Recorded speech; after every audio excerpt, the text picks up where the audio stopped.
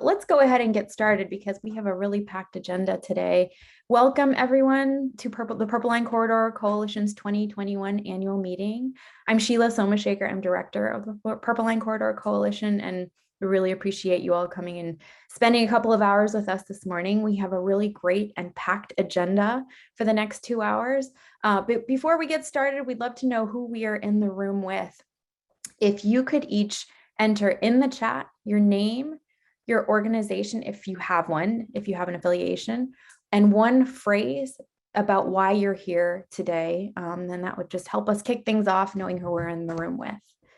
And we'll just take a moment to do that. And while you all are putting in that in the chat, I'm just gonna share a little bit about the Purple Line Corridor Coalition for those of you who are not familiar with our work. Our mission is to look at the community development implications of the Purple Line Transit project, looking just beyond the tracks and putting equity at the center. So we have 4 primary goal areas that we focus on. One is affordable housing.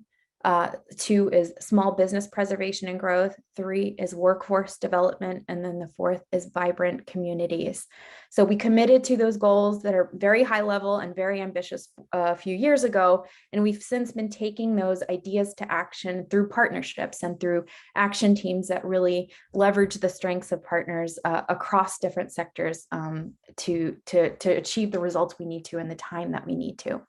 So our annual meeting is our opportunity to hold ourselves accountable and to share progress across those 4 goal areas. Next slide. So this slide captures, I think, how this year felt. It was a year of a lot of action and uncertainty. There were a lot of ups and downs this past year with the pandemic, with vaccines, with Purple Line construction. And our response as the Purple Line Corridor Coalition was some combination of staying the course towards that long-term vision of equitable development along the Purple Line Corridor, while also pivoting and responding to the critical and evolving needs and challenges of the moment. So we've been trying a lot of new things this year, both virtually and on the ground, both short-term and long-term, crunching new data, testing new ideas, figuring out what does and doesn't work. We made new commitments to racial equity this year and are grappling with what it means to be in partnership with community in new ways. And it was tough as we were developing the agenda for this meeting to figure out what to spotlight, given all the activity this past year from our partners. So this is where we landed. We decided to spotlight just a few things that are happening within the coalition that are new and achieving results. And it's by no means comprehensive, but I'll open things with a few brief highlights from 2021 across our goal areas. We'll then hear from George Leventhal with Kaiser Permanente with an update on our affordable housing capital pool. We'll hear about some activity around social media to support commercial corridors along the Purple Line. We'll have a panel. We're very excited to have Employ Prince George's and WorkSource Montgomery leadership here to weigh in on key workforce opportunities in the corridor in light of some new commitments around workforce development and job generation that we made this year. We'll hear, and a lot of you are here, I myself included, to hear from MTA. Matthew Pollock with MTA will be here to share an update on construction in light of the new announcement of that a lead contractor has been selected for Purple Line construction and what that really means for 2022 and beyond. Future implications of our work. We'll hear from Garrett Knapp, the director of the National Center for Smart Growth, who has been doing some very intensive long-range analytical planning that's going to help guide the work of the coalition with support from the Federal Transit Administration. So we'll hear more about that work. And we'll close with some reflections from a few of our steering committee members on what we did and did not do in 2021 and how we need to focus our energies in 2022. Next slide. So before we dive into that, we just have a quick poll to get ourselves into Purple Line headspace. If you could open that up. The question is, what most excites you when you imagine a fully up and running Purple Line? And we'll just take a minute to complete that poll. So it looks like seeing local neighborhoods grow while maintaining their character is the top response. And that's fantastic. That's right squarely aligned with our work and our goals. So I'm also very excited about that. Great. So I'm going to move on and kind of talk about some of the highlights from 2021. Just one moment. So I'm going to start with small business. We have a small business action team that is co-chaired by the Latino Economic Development Center and CASA, and we have a number of other partners that have been actively participating in that work from the neighborhood level as well as the county level. This year, the summer, we released an action plan for that work that includes a focus on the ongoing challenges of construction disruption and the anti-displacement work that we've been doing, kind of thinking about the long term of the Purple Line.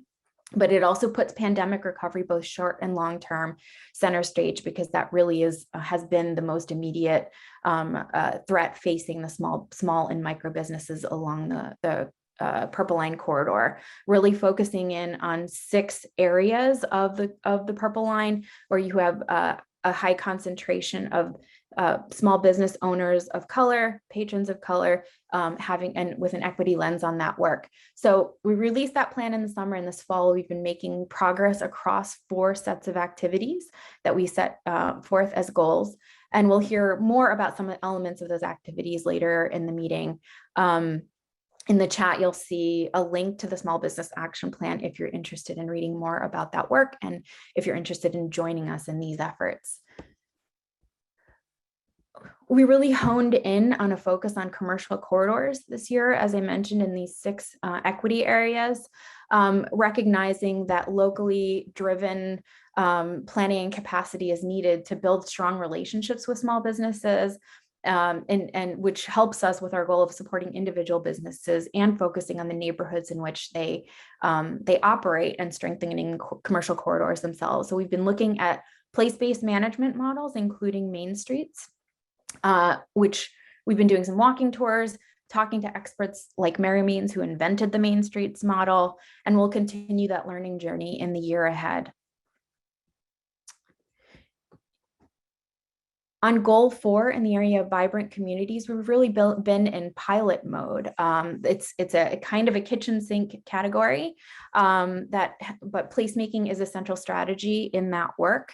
How do you strengthen neighborhoods? And so in spring, we piloted a restaurant tour and temporary installation in partnership with Central Kenilworth Avenue Revitalization CDC and a University of Maryland architecture course that really highlighted the international food, the incredible restaurants in Greater Riverdale.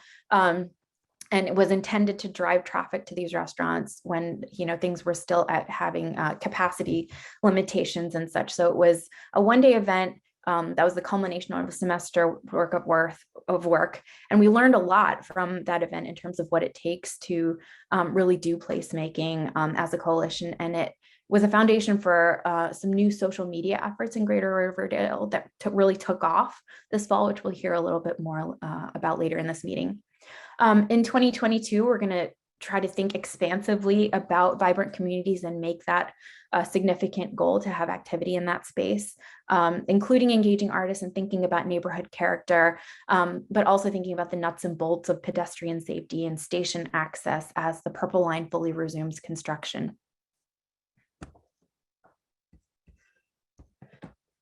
Public policy was a significant focus for us this year, and having a supportive environment for our goals is a really critical area of action for us. So we have an Equity Leadership Council that it consists of local and state legislators who advise the coalition on legislative and budget priorities and how we should be moving in this space.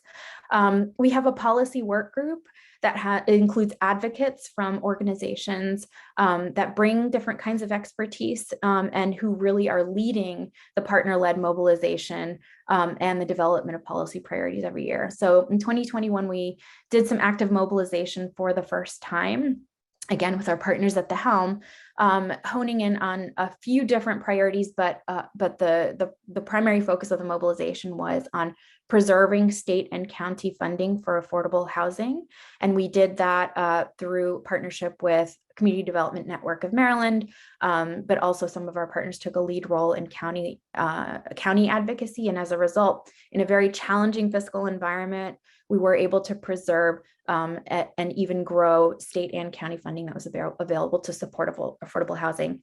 Another area of focus was small business construction disruption grants. Delegate Wilkins had been pushing for some time for dollars to be available to small businesses that have been affected by construction disruption. So our partners, including LEDC, CASA, and many, many others, mobilized to make sure that those dollars were released. Right now, about $500,000 is available to small businesses that are struggling with construction disruption. And the team is pushing, the Small Business Action Team is going to be pushing in the year ahead to make more dollars available.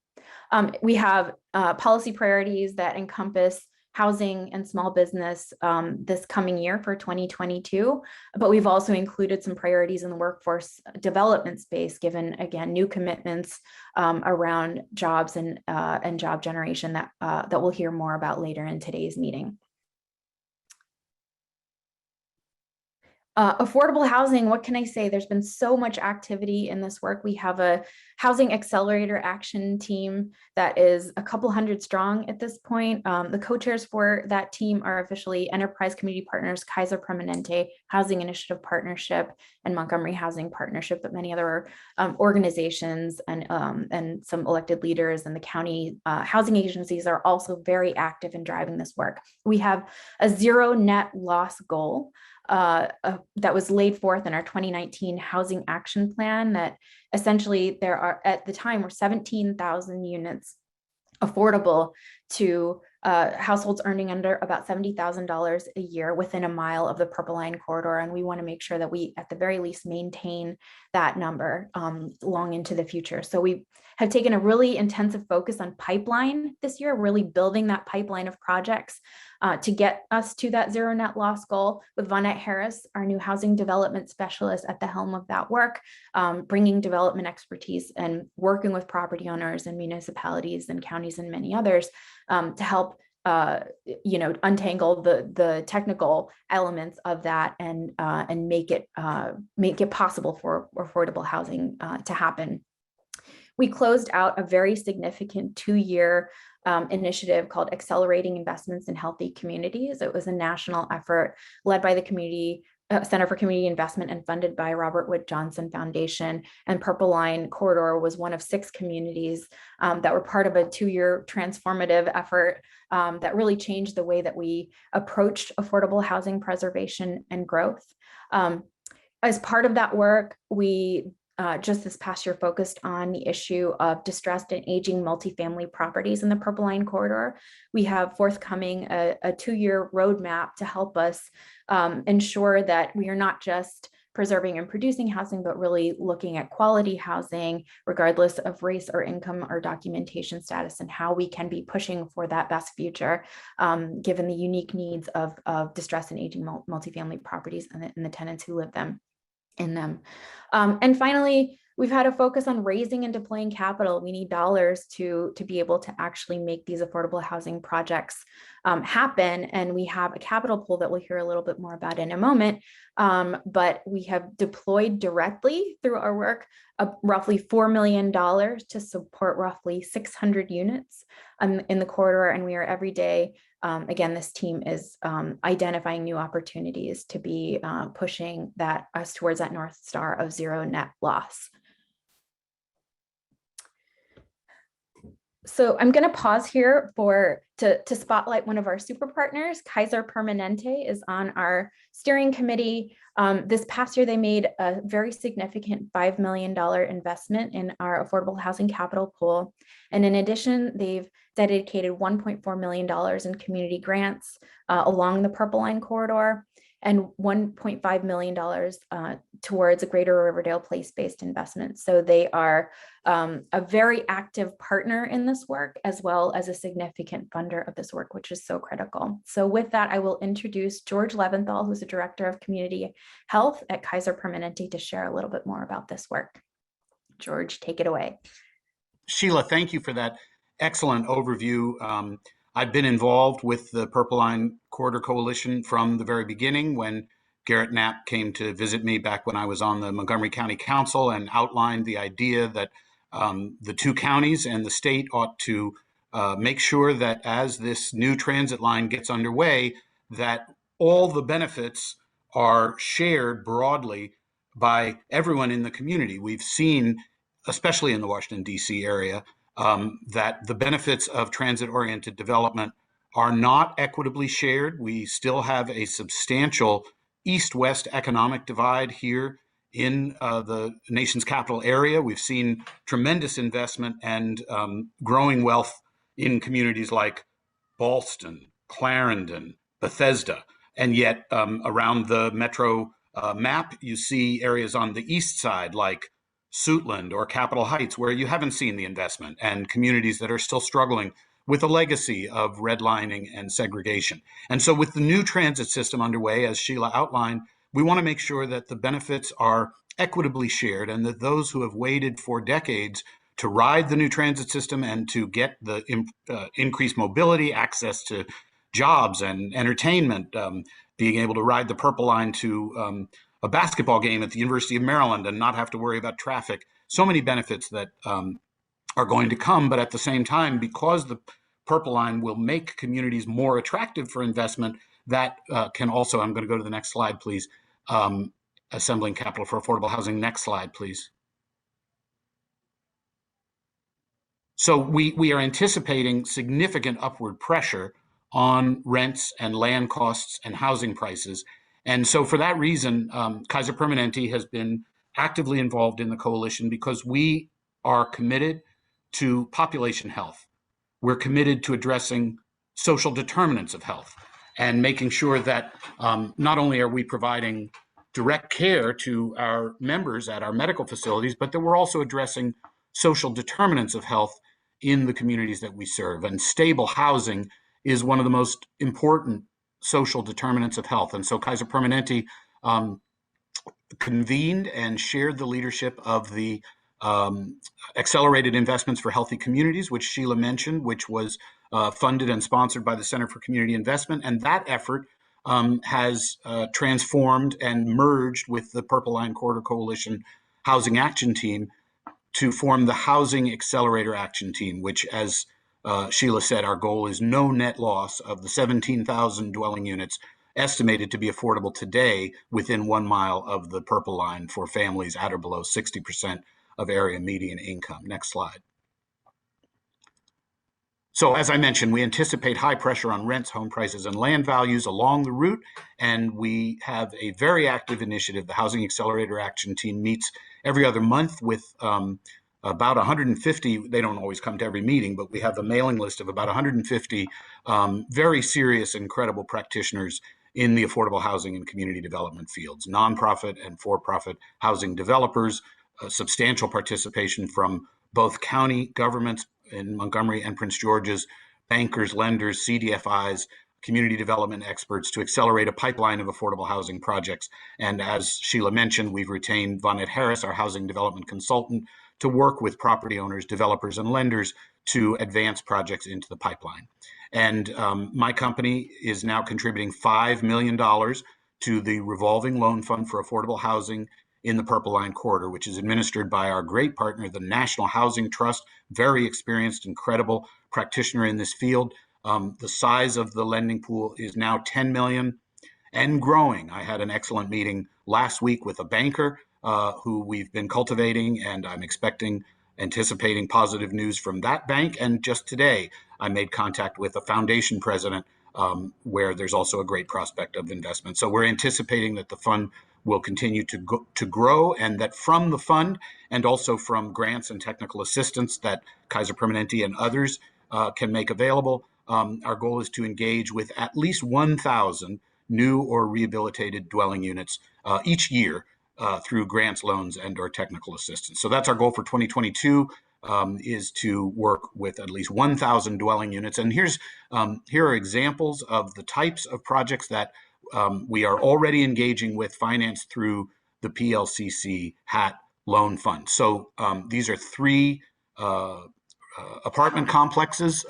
So we have 96 dwelling units of rehabilitated housing in Tacoma Park with Hillwood Manor, 290 dwelling units proposed in Riverdale, right next to a Purple Line station with Head and Spring, and 102 dwelling units at the Sligo Apartments in Silver Spring. So these are examples of multifamily projects for which 2 have closed and 1 is approved from our loan fund. Now, the next slide, please. We're also supporting some smaller opportunities for home ownership. For single family homes and duplexes. Both of these happen to be in Tacoma Park, 2 loans that have closed with very reliable partners. We're working with excellent development partners here, Housing Initiative Partnership and Habitat for Humanity, Metro Maryland. And is there another slide? Yeah, one last slide. So all of you on this call are encouraged to learn more about our work and to join the Housing Accelerator Action Team. We meet every other month, but we're not meeting in the month of November because this meeting right now is taking place, the Purple Line Corridor Coalition meeting. But our next HAT meeting will be Friday, January 21st from 10 a.m. to noon. We would love it if you would join our powerful and growing mailing list by emailing Katie Dyson, kdyson@umd.edu. I hope to see you at our January meeting, and if I can answer any questions or be of help in any other way, please let me know. And Kaiser Permanente is delighted to be part of this work, and we thank you for giving me the opportunity to present this morning. George, thank you so much for those words and for all you're doing along the Purple Line corridor. And although we've made significant movement this past year, we've had significant progress. As George said, the zero net loss goal is a very, very ambitious and aggressive goal, and we need all hands on deck. So I hope anyone who is interested in this work will join us in this effort. Next slide. So I'm going to move on to another spotlight and introduce Catherine Erkinen with Rosie Owl Creative, who has been working on some really new and exciting efforts to promote social media for businesses and commercial corridors, building on some of the work that we did in Greater Riverdale that I mentioned earlier. But she's been working with Montgomery Housing Partnership and the Long Branch Business League and a few other partners along the Purple Line corridor for a couple of years. We really, saw the impact of what that work had done in those communities in Montgomery County, and had identified a gap of marketing as part of our small business action plan. And Catherine was a really great person to bring on board to help us move some new things forward. And so she's going to share a little bit about that work, the work that she's been doing along the Purple Line corridor to support small businesses and commercial corridors. Catherine, take it away. Sure. Hi. So we're just going to jump right in here into our social media and marketing strategy that we've been using. We've started with targeting 2 groups, small businesses to support and building community. And it's really the foundation of everything we're doing for placemaking and strong commercial corridors. With our small business support focus, we are looking at short-term measurable actions that create long-term paths of change. And we're doing that with 2 ways. We're either using social media or events. Sometimes both. And that gives our businesses immediate impact and our community immediate impact. So with the community, the way that we want to think about the social media strategy that we're using is we are currently placemaking in the minds of the community. And with that, we're also building trust of the business owners, the property owners, and the community. And depending on the area that we're working in, we are adjusting the focus. So next slide. With Riverdale, as Sheila mentioned, it started off with the University of Maryland School of Architecture and Design with the project. It really needed more of a foundation. So we started working with CCAR, Central Kenilworth Avenue Revitalization Partnership. And they had been knocking on the doors, but we gave them something specific that they can offer, which was starting an Instagram account and also creating smaller events that would lead to a larger event. And the Instagram account has been going for about 4 months and has Really impressive stats. We have already 830 followers. We've done 48 posts, 182 stories, and a big impact has been 10,000 accounts have reached with 650 engagements. And for the small Riverdale area, that is significant. Next slide. And it's really impacting the community as well. This is Devin Struck. She's a longtime member of the Riverdale community. She's currently battling cancer, but she took some time to come out to support the small businesses and gave a big thanks to Taste of Greater Riverdale for getting her out to try some new places. So it's really creating impact, direct impact for the businesses. And then moving on to Tacoma Langley. We started working with Tacoma Langley Crossroads, and we're focusing there strictly on social media. We've already had 4 businesses sign on. And again, we're doing the placemaking in the minds and creating impact with these small businesses. So with the Brazilian bakery, this is where this delicious looking burger came from. I just wanted to give you an example. We posted this picture. The very next day, somebody came in, took their phone, was like, I want this picture. I want this picture. And they made it. And then the following week, they were selling out of the amount of buns that they usually have, like over a week in one day. So it's really creating impact. And we can just multiply that with the businesses that we are currently working on. They also just there was a huge need for this social media support for the small businesses, because as soon as we came in there, they were like, here, take my, take my passwords, take my usernames, take my firstborn children. So it was really exciting, and it continues to be exciting. Moving on to Long Branch, and I think with Long Branch, it sort of gives us what we can do with all of this in the future. We've been working there with Montgomery Housing Partnerships for a couple of years, and there was we just started this social media support for Roxana's Floral, and that kind of trust opened the doors to tell us about all the other problems they're dealing with. This was a business in crisis. They were dealing with predatory practices, with building code issues, legal issues, retail issues.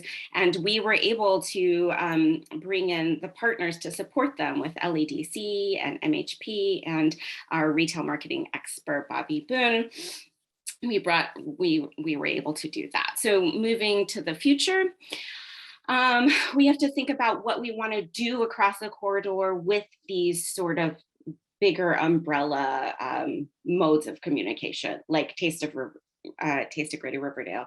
Does that turn into like a Discover Riverdale? And then if so, who is leading that and who is managing that in the future? So that is something that we're thinking about, but also we are teaching the businesses how to do this kind of work on their own so that it's sustainable for the future, in addition to our partners. So if you have any questions, please feel free to reach out to me, but definitely follow everybody on social media as you see those things come across. Thank you.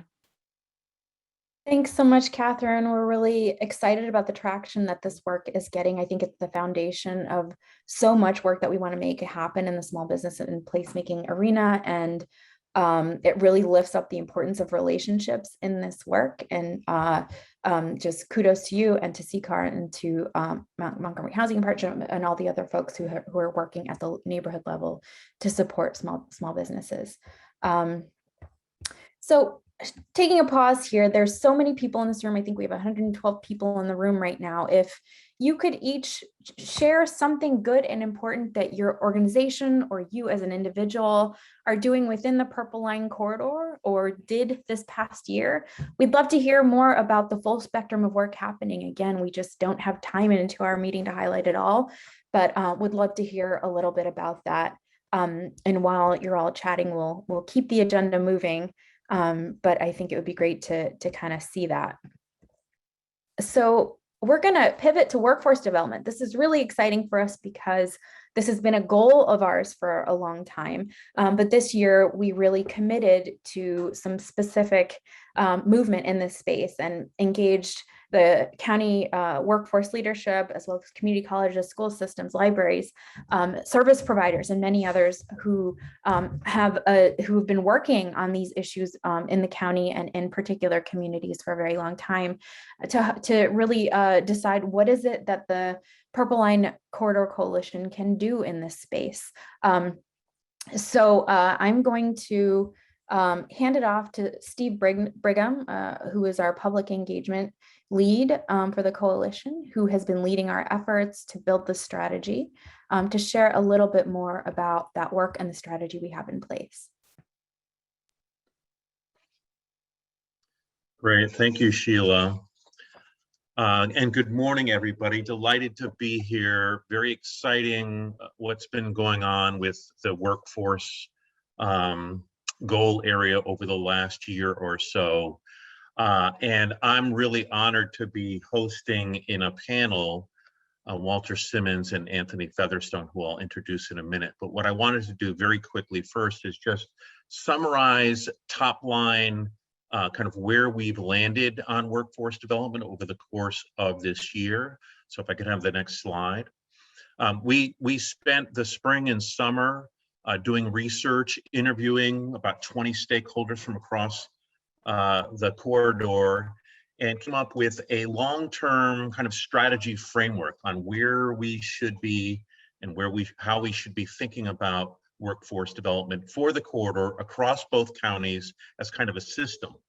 And so I think someone will be putting in the chat in a moment, but we realize in order to really have success, we need a robust advocacy agenda across all three levels, federal, state, and local, that we need to build upon the great work happening with the two workforce agencies, the two community colleges, the two school systems, and others in continuing to move forward on all the things you see in the middle column here around getting people on more sustainable career pathways in a number of different ways, in a number of important areas and industries, as well as entrepreneurship.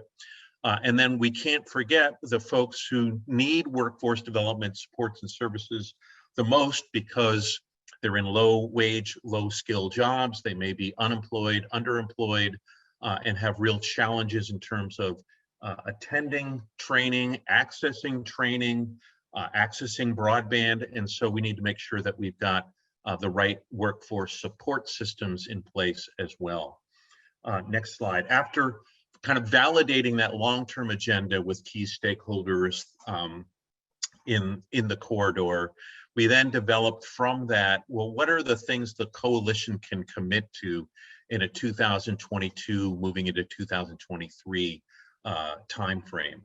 And so we've built over the last few months an advocacy agenda that we're going to be moving forward in 2022 at the state level, as well as in both counties, with specific things that we want to advance that would really improve workforce development in the corridor and in the counties.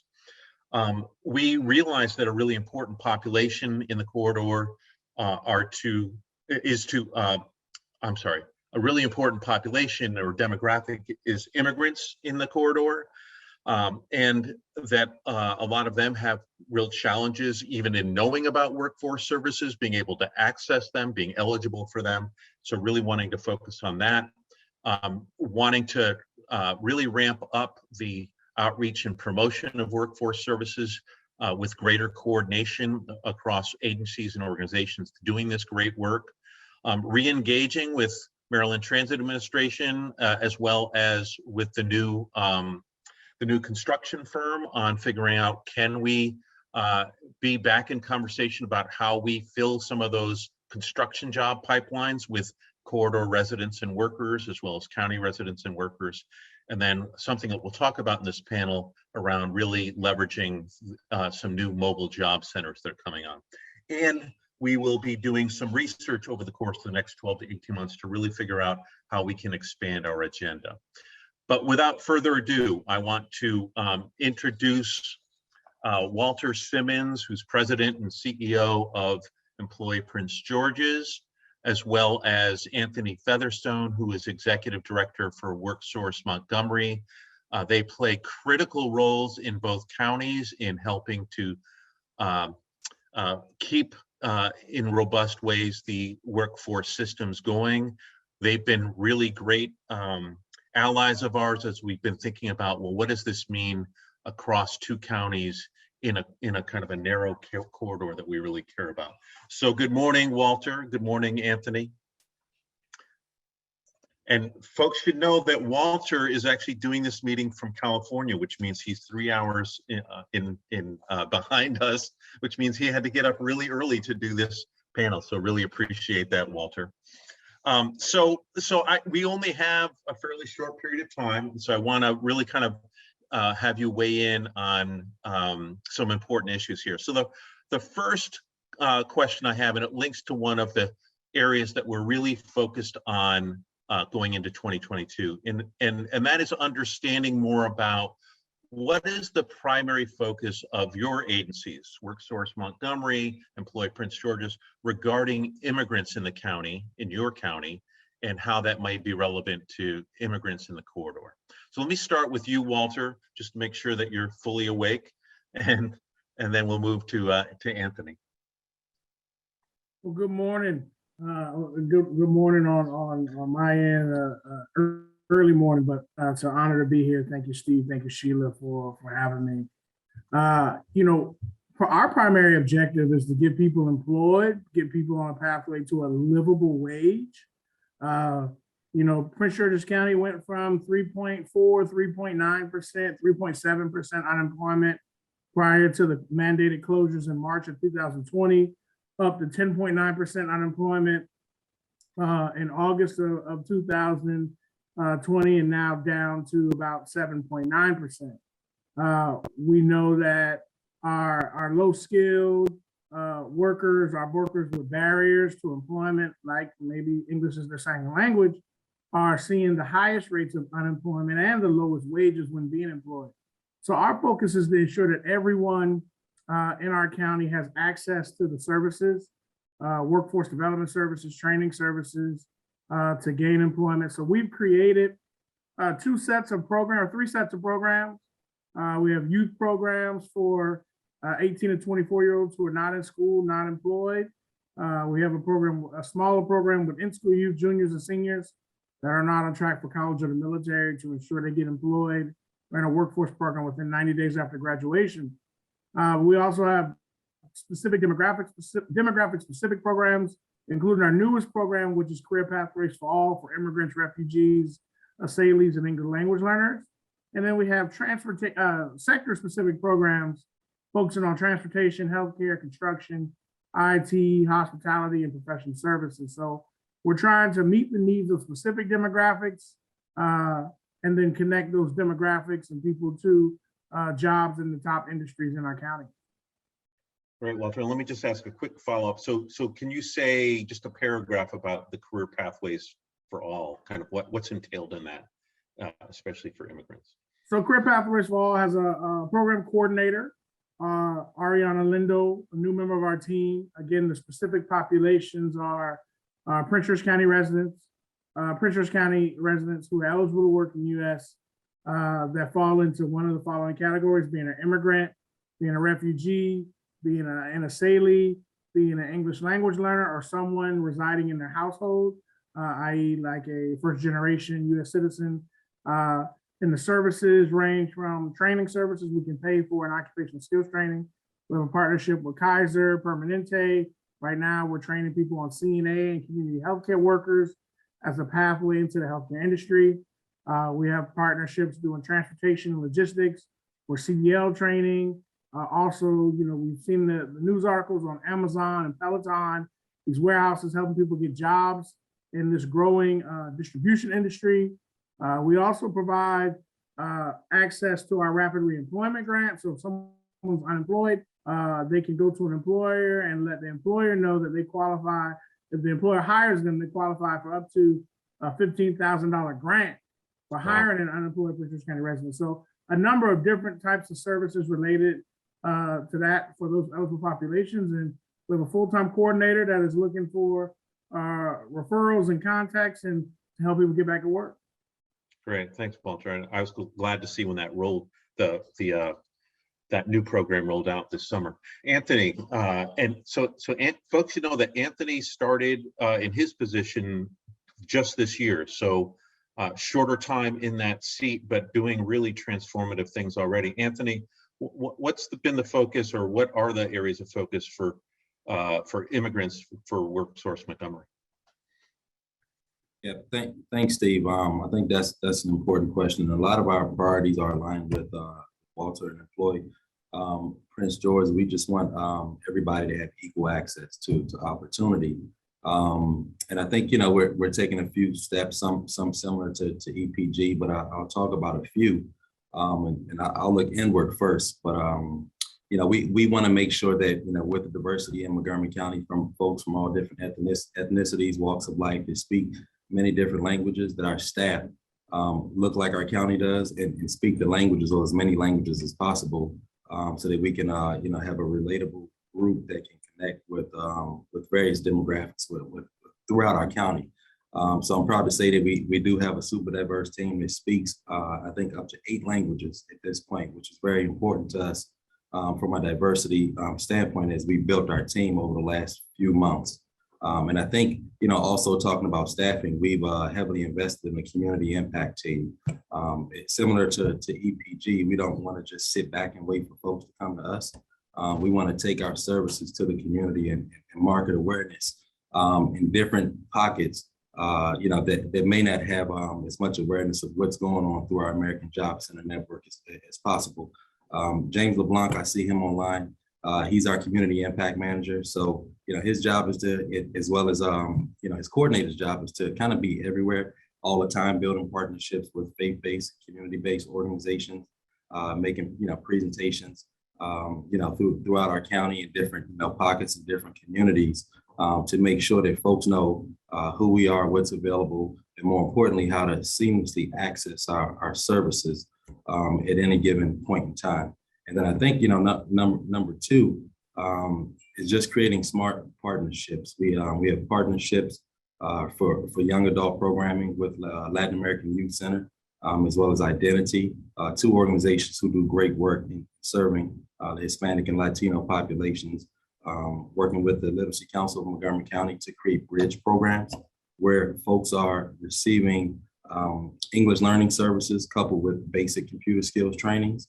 And once they complete, they walk across that bridge to Work Source Montgomery to jump in programs such as EPIC, which is a program regional programs spearheaded by Employee Prince George's, where folks are able to get IT training and also receive an incentive for matriculating and progressing through their training process. So I think staffing, number 1, is something that we were focused on, and making sure that we have smart partnerships that reach various demographics, especially our immigrant population. Right. Yeah. And so, and I also just wanted to acknowledge Latin American Youth Center also does some really important work on the Prince George's County side too. So that's one of the things that we've been finding out is organizations that are already crossing the county borders. So I want to follow up just a second question around immigrants, because we actually held a meeting with about 25 stakeholders last Friday where we talked about how do we help bring more immigrants into accessing and making available to them the important workforce services they need. And yet there's a big issue around undocumented workers in terms of what they're eligible for and so on and so forth. And I'm just wondering if both of you can talk about, obviously there's lots of restrictions and legal requirements and such, but if there's a way that we need to be thinking about how to help that segment of the immigrant population still gaining at least some access to some of the services they need to improve their skills and such. And so any thoughts on that? Let me start with you, Anthony, and then to Walter about how to provide those and what can be provided. Yeah, that's an important topic. And as you said, Steve, that we're very limited in what we can do with our federal funds. So we try to make sure, number 1, that our American Job Centers and satellite offices are safe spaces so that, folks can come in and receive some basic level services, whether we're doing certain professional development workshops or utilizing technology and so on.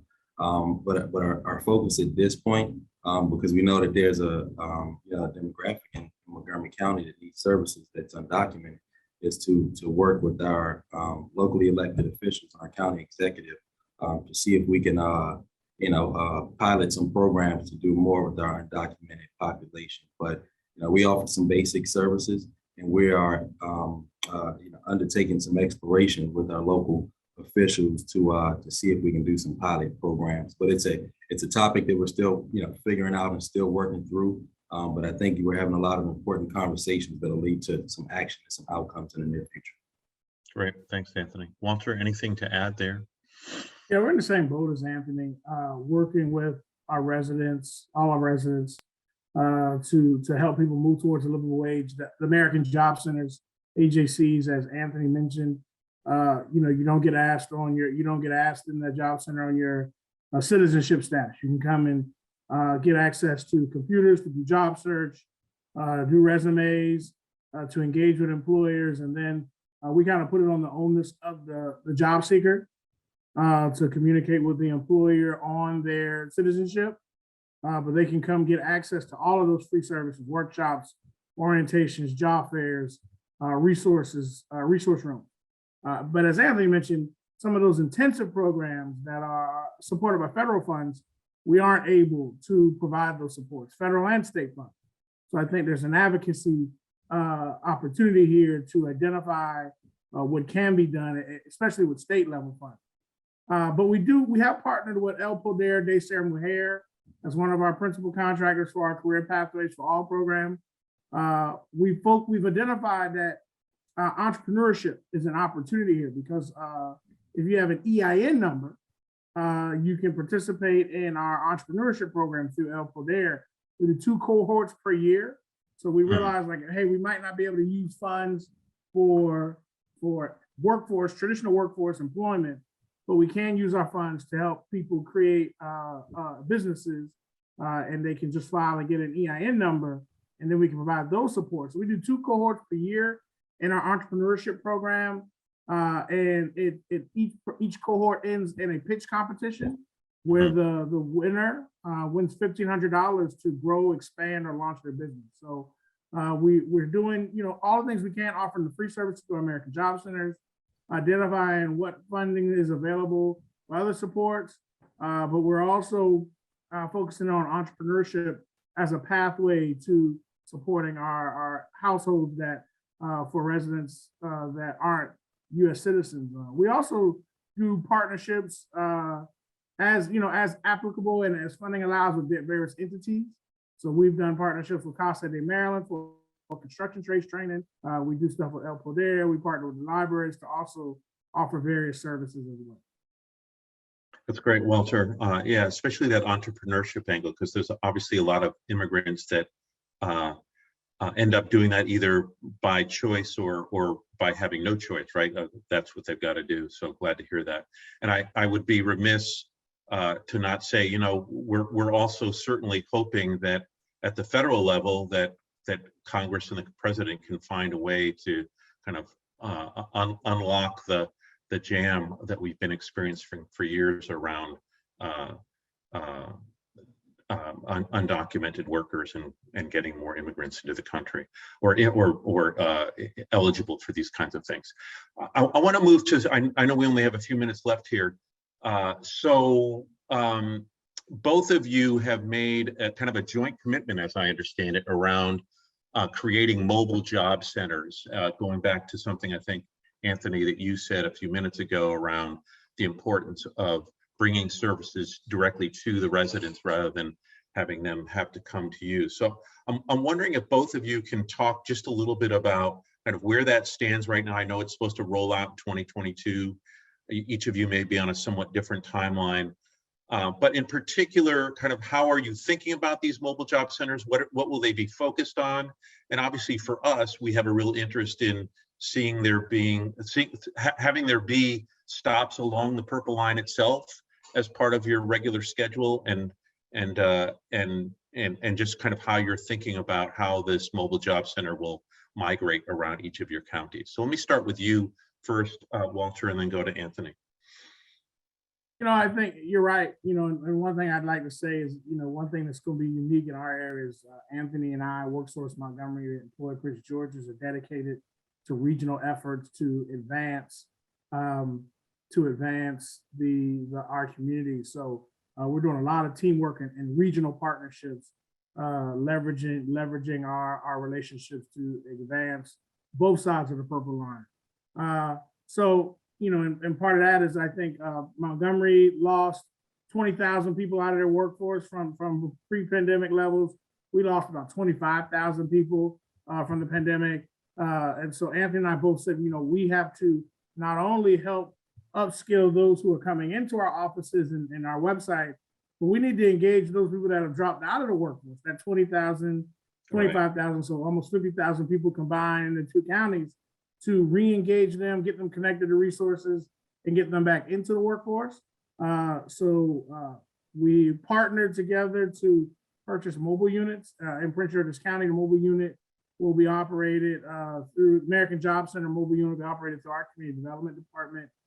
Should arrive somewhere between March through May of 2022. We're also dealing with supply chain issues as we're sourcing the parts to construct a mobile unit. But we're looking to partner with community agencies, CBOs, churches, government entities, municipalities, for them to identify the events that they're hosting that they would like us to bring those resources. And the resources can vary. When you have a mobile unit, you can do a lot of different things. If we want to bring an employer on site and roll out the awning and have people waiting in line outside, filling out applications and then doing the interviews inside the mobile unit.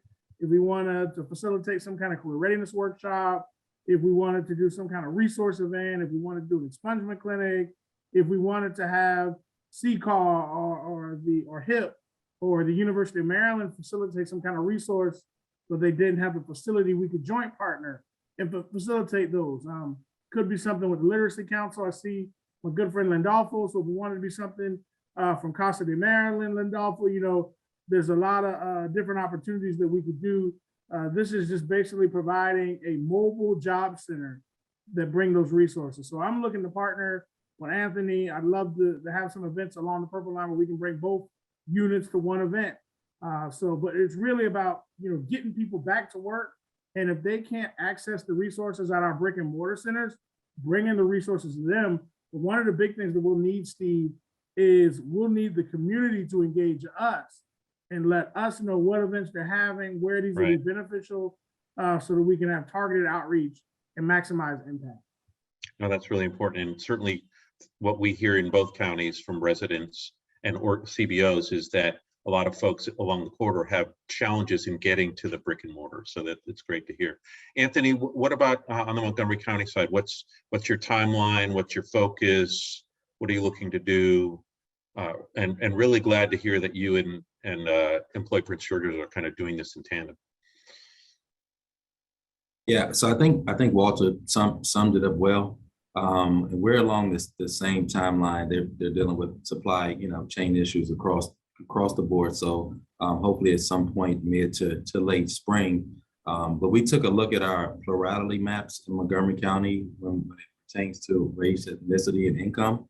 And not surprising, the trend line is the exact same across all of those maps. So we're creating a community impact map right now that takes all of that data into consideration. And that's our bus route, and those are our bus stops. And that definitely crosses through the Purple Line corridor. So we're doing the same thing. We're building a coalition at this point of community partners that will help us be smarter when it comes to where the bus goes and who it serves and so on. And we're also looking to do some creative programming and so on. We have a new innovational coding hub that's getting ready to open in Montgomery County at Montgomery College. So we're looking to outfit the bus with some tech so that we can do some coding boot camps in the community to hopefully spark that interest and drive traffic back to the American Job Centers and other partners like Montgomery College. So yeah, it's an exciting initiative. I wish that we can get the bus here a lot sooner, but I think it's going to be really impactful in both counties. And I agree with Walter that I don't think it's it's no reason why we can't have both mobile units at certain events so that we can reach more people throughout both of our counties as well as in the Purple Line corridor. Right. Yeah. So let me just ask one last question. I know Sheila's about to signal to me that my time is up here. I wonder if you just in a sentence or two, you can just kind of leave us with kind of a top goal that each of your agencies has for 2022, given the uncertainty and the unpredictability of where we are in the pandemic, where we are with the regional economy. But what's kind of a top line goal that you have for the coming calendar year? And Anthony, I'll start with you, and then I'll move to Walter, and then we'll close out here. So I think we have a few, but I think to keep it short and sweet, it's just to help out with recovery. So we want to make sure that our businesses that have been affected by the pandemic receive relief and support through our local workforce system. And we want to make sure that all of our unemployed and underemployed residents that need services know where to get those services and actually receive the level of support that they need. So, we're doing a lot of focusing and honing in on what we're doing for our businesses that are trying to recover and making sure that, we do our part as we're supposed to in helping our unemployed and underemployed residents get back to work, upskill, crosswalk into other industries and so on. So I think we can have a long conversation on that, but I think that's the gist of it. Yeah, this topic definitely deserves an hour panel, right? Not rather than 20 minutes. But Walter, why don't you close us out here? Thank you, Anthony. I agree with Anthony. We're trying to help people recover and get people back to work. So in Prince George's County, our big topic that I want to leave everybody with is we have $5 million that we are allocating to put people back to work called rapid reemployment grants. I want to spend that $5 million by June 30th, 2022. How do we spend that $5 million? Any business, nonprofit, for-profit, community-based organization that is hiring an unemployed Prince George's County resident will qualify to receive up to $15,000 for every grant. It's a grant, it's not a loan. You get it, you don't have to pay it back. Every unemployed resident you hire could qualify you for up to $15,000 in grants. So every provider entity that's on this call, it doesn't matter where you're located. It's based on who you hire. If you hire an unemployed Prince George's County resident, you get $15,000. Also, if you're working with unemployed residents, they should know this, and your case managers or service providers should know this, because if you're doing business engagement and you're working with unemployed Prince George's County residents, you should tell them that if they hire one of your participants who's an unemployed Prince George's County resident, they can receive $15,000. We've already given out $170,000. We got about $300,000 committed. That means we have $4.7 more million. This money needs to go into the hands of Hispanic-led businesses, immigrant-led businesses. We have a huge African community, Hispanic community, Middle Eastern community. Those communities of business leaders don't normally get access to those traditional government funds.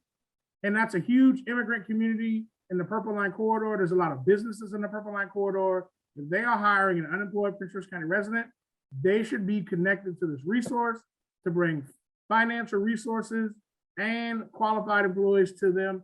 So Steve, Sheila, we want to make sure that every business that hires an unemployed Prince George's County resident in the Purple Line Corridor gets at least $15,000.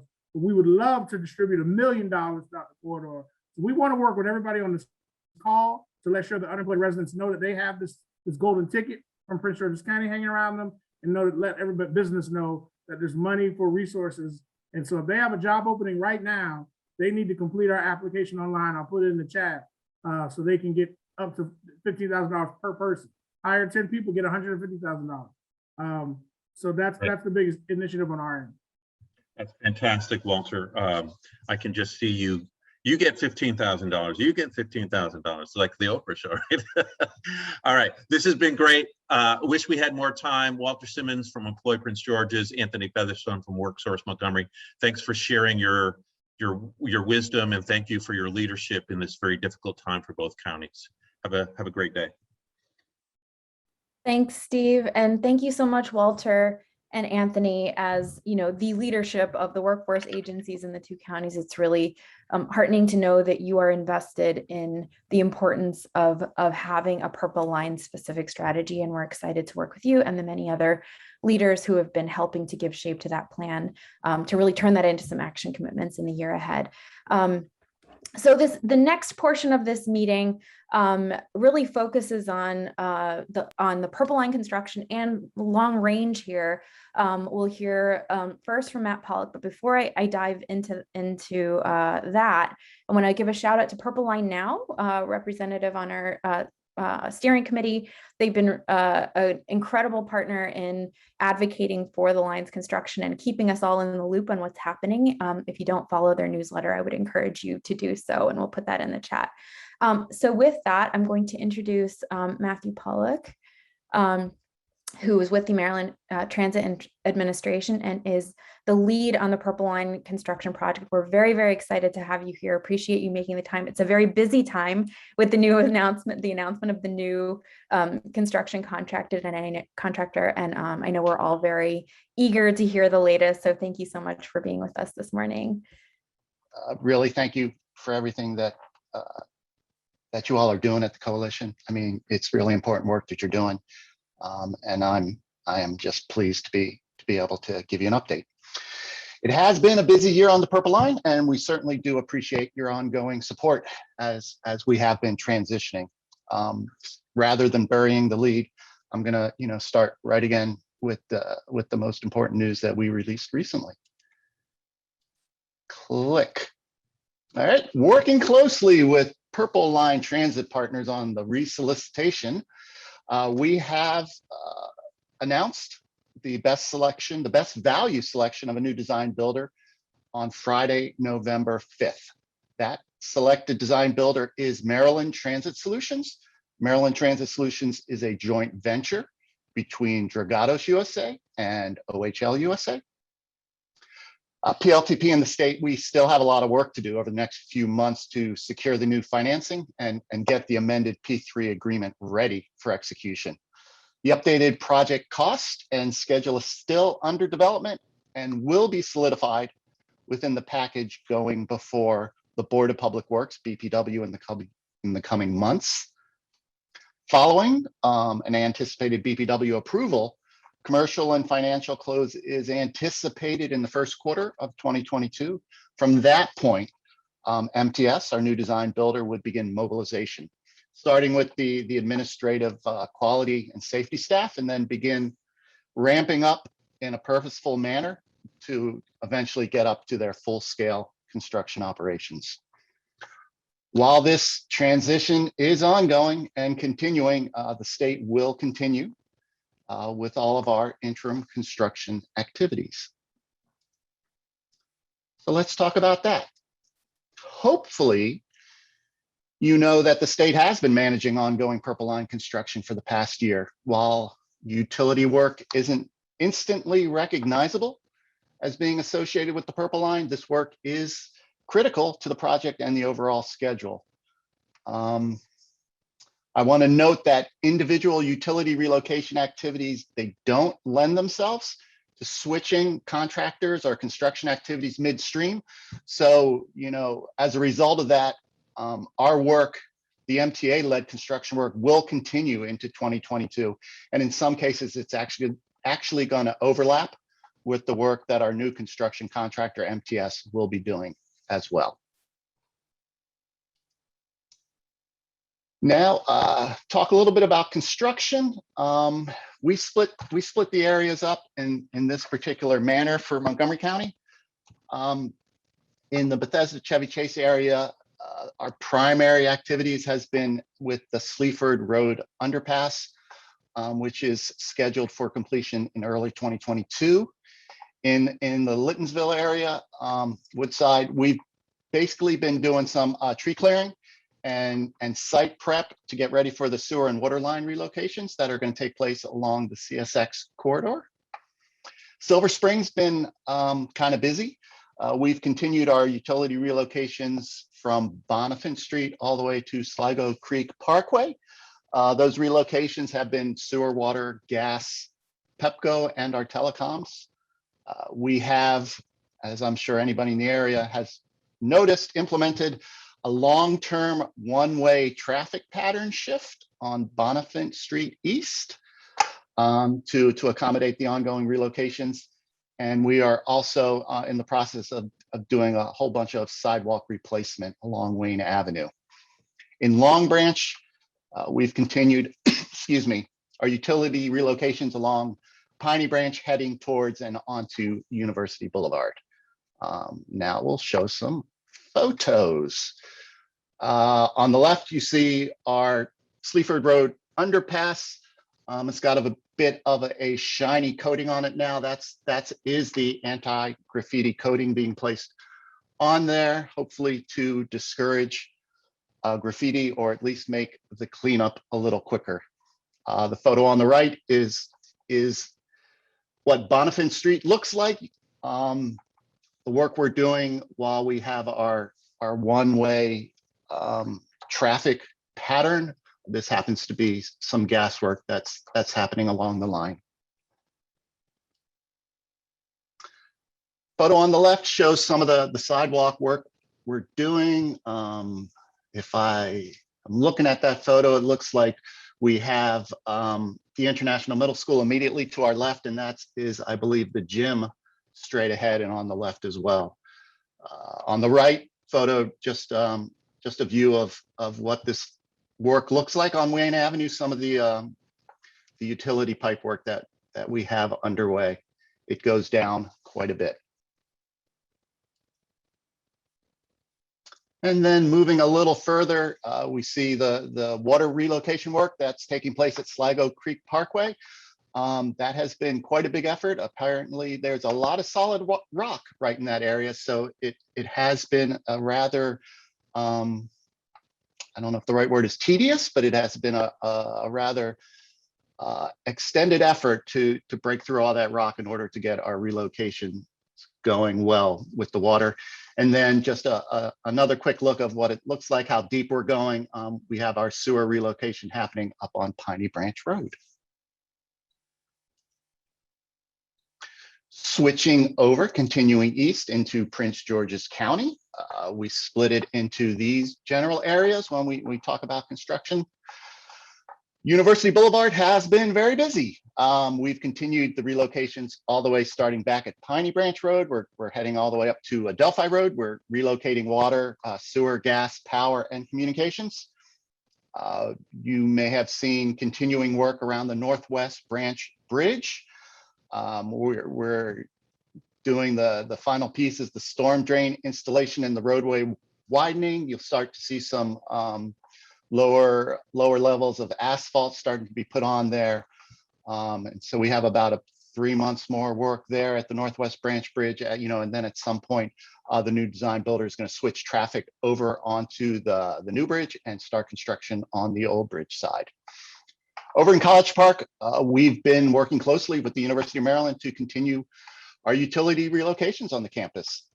We are also working on what we call the College Park bus loop, but it's really the College Park Wamata Metro Station, trying to get that bus access up and running through grading, retaining walls, and lighting work in that area.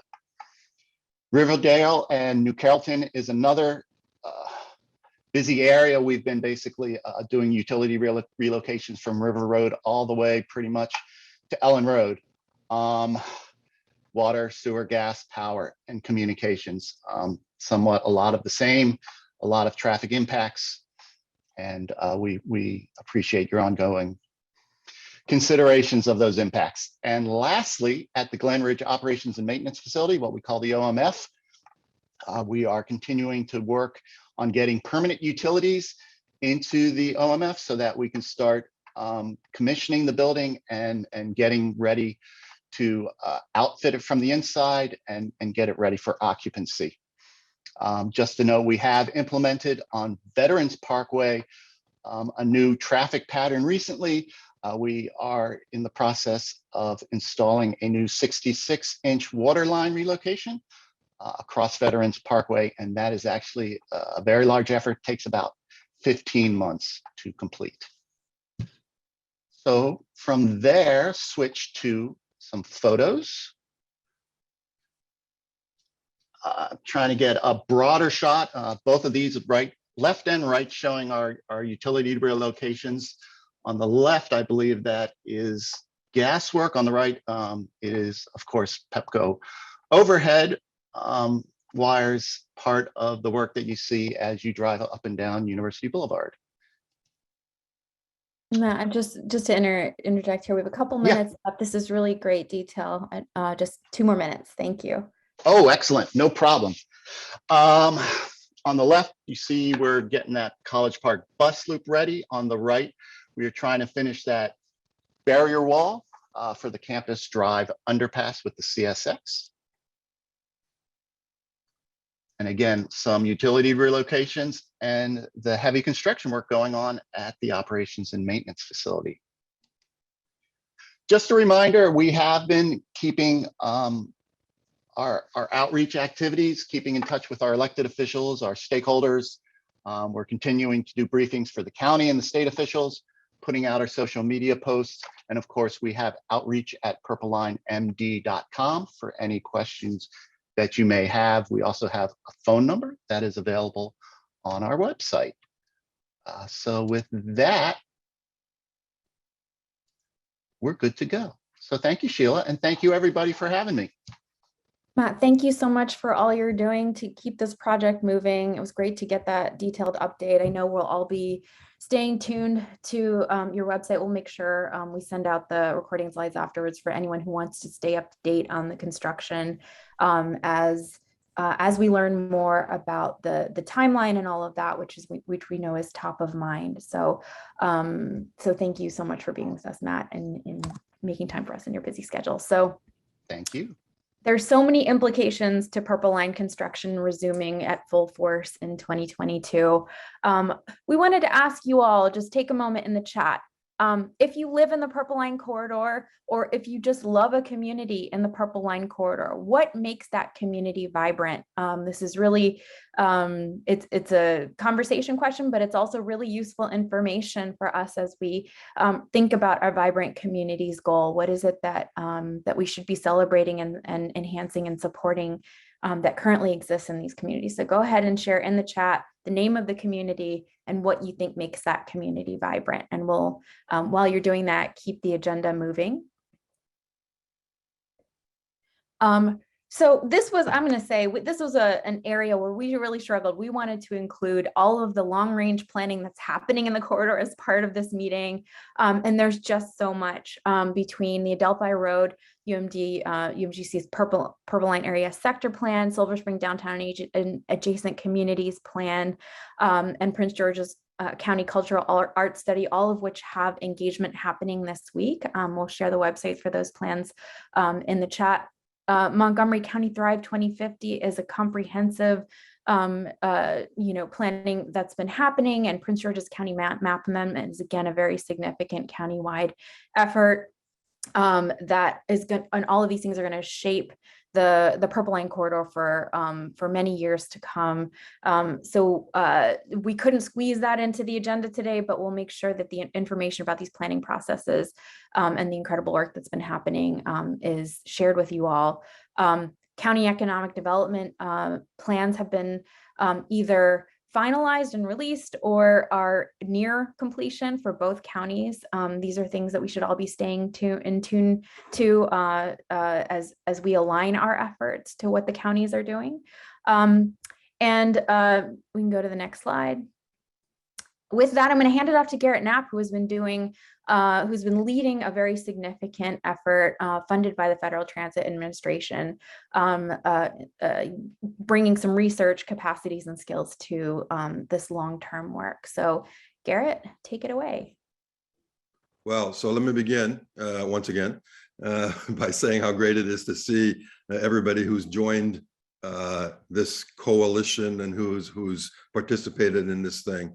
It's so gratifying to see all the things that are being said in the chat and all the things that are going on and how far we've come from that initial conversation with George and Kim Ross working all night and weekend for a nickel an hour to where we are now. So it's really gratifying. I want to say how grateful I am for all of your work. So I'm going to talk a bit about the TOD planning project. This has been underway now for quite a while. Some of you have probably no idea what this is, and some of you have know more about this than you probably care to know. But let me take you through some of the highlights And I've got a few slides to go through very quickly, but as you can tell, Sheila is not very tolerant with people taking more than their time. So I'll try to get through it as quickly as I can. So what are the project goals, first of all? First, I want to make clear that what we are doing is trying to complement the existing work that's already been done in the corridor. This is a region with extremely extensive planning capacity and really talented planners. So we want to make clear that, you know, we're not trying to supplant or contradict or any of the other work that's going on, but we want to complement it. So, and we've had great cooperation from all the planning agencies throughout the corridor. So what we really want to do here is identify interventions that will increase transit ridership, enhance access to opportunities, support economic development. And the really big picture here is to build a sustainable and equitable corridor. You're not going to see those words in much of the rest of my PowerPoint, but that is our North Star. That is what we're trying to do here, is build a sustainable and equitable corridor. Our timeline, we've been at this for a while. You know, these federal processes take a while, so getting everything in line took some time, but we're hoping to finish this summer. So this is an important point for us to get you all on board and to get you all engaged. Next, I just skip these deliverables because I'll talk about them again later on. So what does the project entail? The project entails a lot of partners. We are the lead at the National Center for Smart Growth. It's a grant from the Federal Transit Administration through the Maryland Transit Administration. We have a number of consultants on board, including Equinorthwest in Portland, Oregon, and Rich Kuzmiak in Silver Spring, and Manuel and Kim and Enterprise and LEDC, quite a group of talented folks. Our local planners have played a critical role for us, you know, in both counties as well as some municipalities. We've engaged a lot of stakeholders in getting us feedback to some of the work that we're doing, and the work finally gets approved by technical advisory committee that consists most of the transportation folks, including MDOT and MTA. There are 4 work streams. They include 1, building the PLCC and strengthening it. One of the great things that this grant has enabled us to do is to hire Sheila. And Sheila's been doing a tremendous job at building the PLCC, and just looking at the numbers who are engaged at this in this meeting, you know, tells us what a great job she's been doing. But essentially 3 pieces of this. One has to do with transportation networks, multi-mobility, making sure that there are multiple ways of getting around. We're introducing a new transit facility in an existing transit system. We want to make sure that the coordination is well. And we want to make sure that the development around the stations is oriented towards transit so that it's complementary. And we want to make sure there's economic development that not only spurs economic development, but helps lift up the people who are currently living in the community. We've had a number of engagement rounds with our stakeholders. If you're interested in participating in those and you've not been invited thus far, please send us a note in the chat. So we've had 2 rounds thus far. We've introduced our methods and what we're doing. We've shown some preliminary results to people. And we are going to soon have more engagement around policy options and implementation strategies. Next slide. So where do we stand? We have done a lot of work thus far evaluating accessibility, development potential, and displacement risk under existing conditions and when the Purple Line opens. We have begun to evaluate the impact of transportation network, land use, and economic development interventions. What if we do this? What if we do that? So we've created a number of analytical tools now that enable us to do that. Our next task is to identify a coherent set of transportation, land use, and economic interventions, and then hopefully we can offer some coherent and some beneficial policy interventions and strategies later on. So we're only halfway in this diagram, but we're certainly more than halfway in the work that needed to get done. Yes, next slide, please. So I'm going to go through very quickly what we're doing on each of the fronts. First, multi-mobility.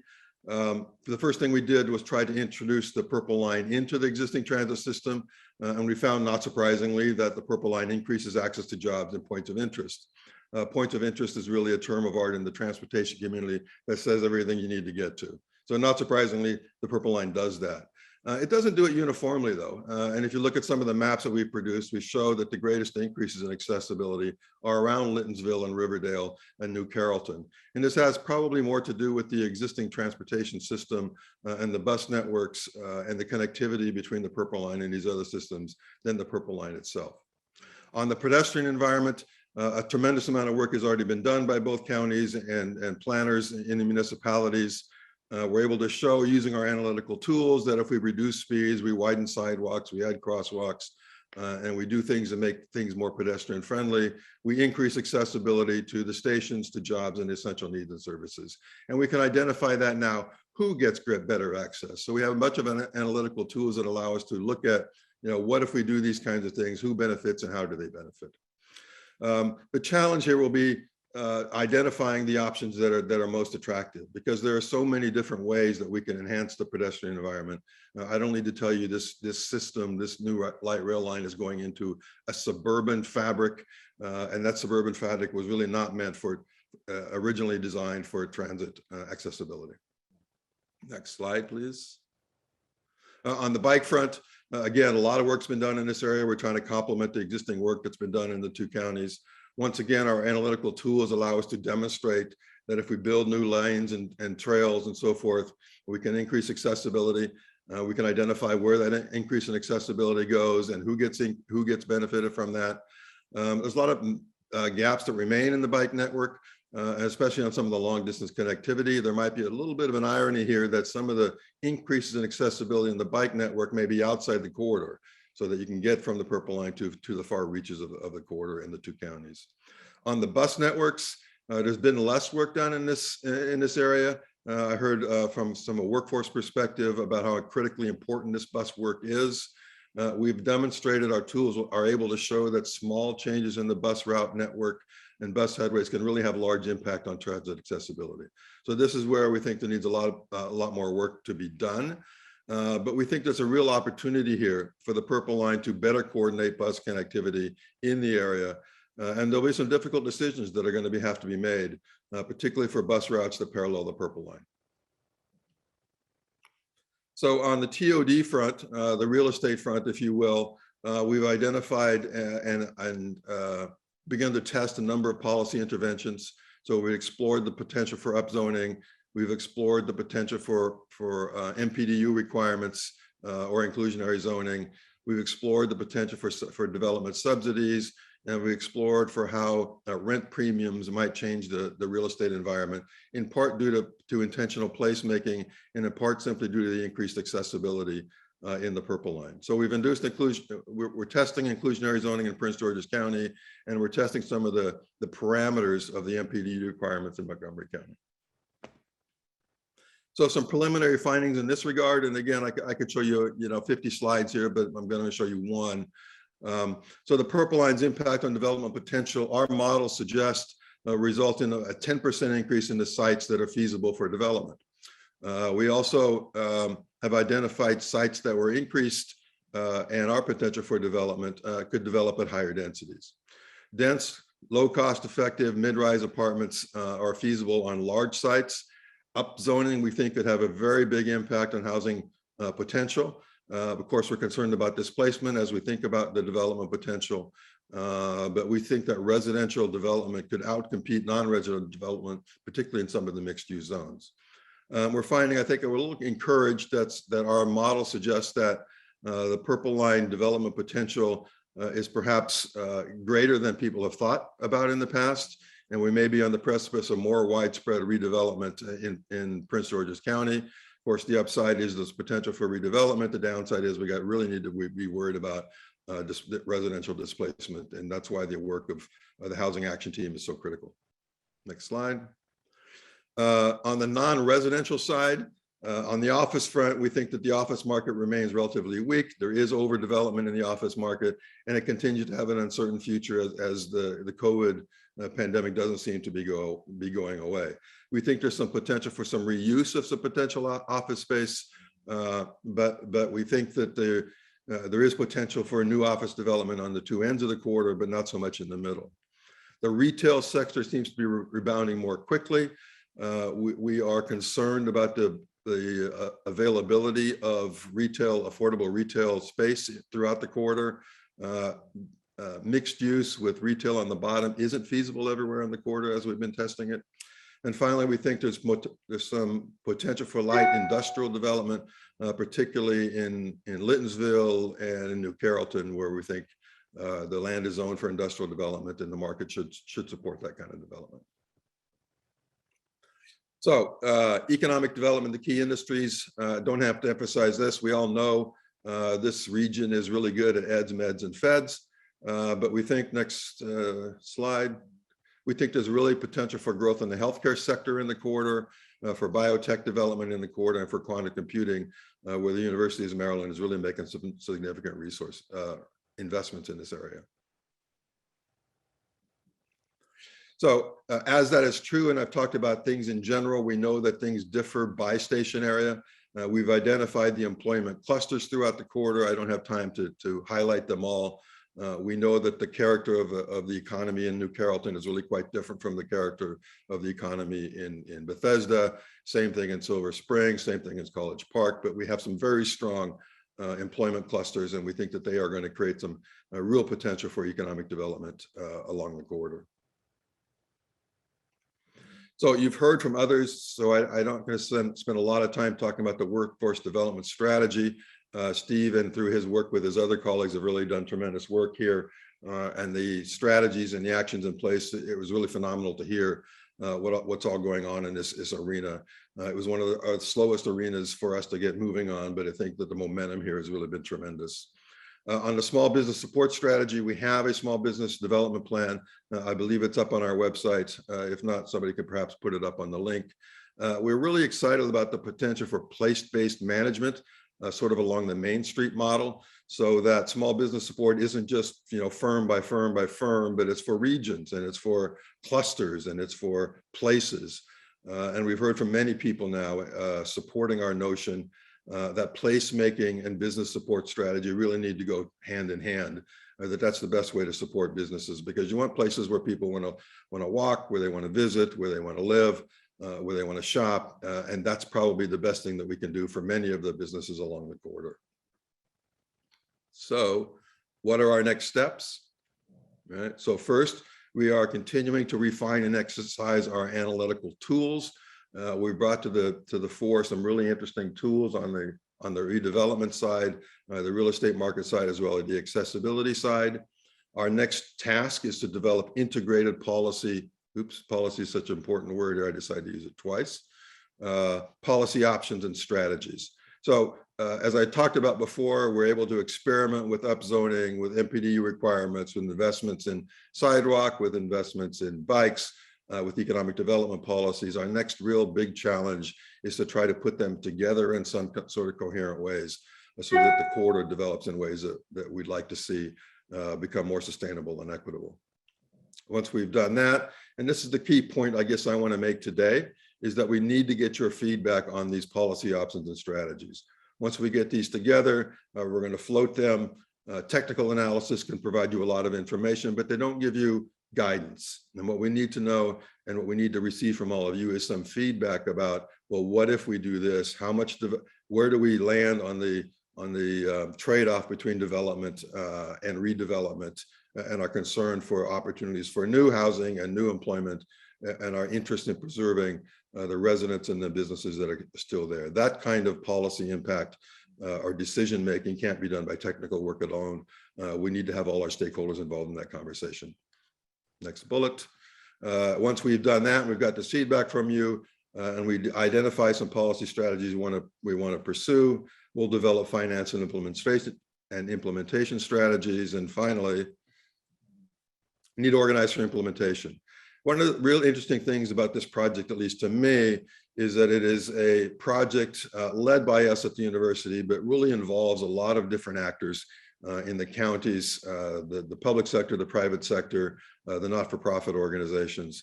But there's nobody really accountable for implementing anything that we do. So we're going to rely on all of you to help us define important strategies, and then to organize for implementation once these things are done. So thanks for your time. Stay tuned. We're really excited to work with you and to finish this project and move forward on building a sustainable and equitable corridor. Thank you, Sheila. Thanks so much, Garrett. We have a lot of work ahead. There's still several months of analytical work happening.